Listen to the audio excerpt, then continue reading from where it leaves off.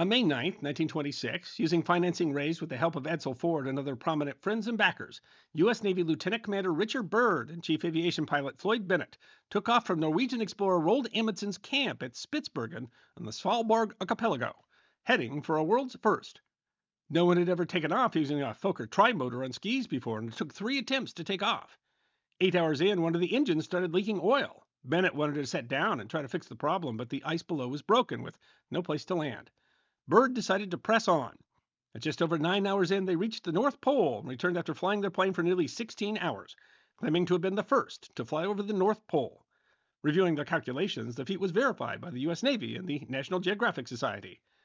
The news made headlines, and Byrd became an instant national hero.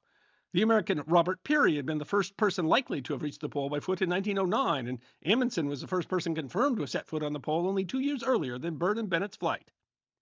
Byrd's adventure seemed to bring the two exciting worlds of polar exploration and powered flight together in the public mind for the first time, and an explosion of daring possibilities.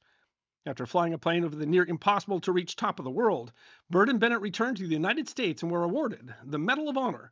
Byrd became a celebrity, comparable in some ways to the fame that Charles Lindbergh would earn when he made the first solo flight over the Atlantic a year later.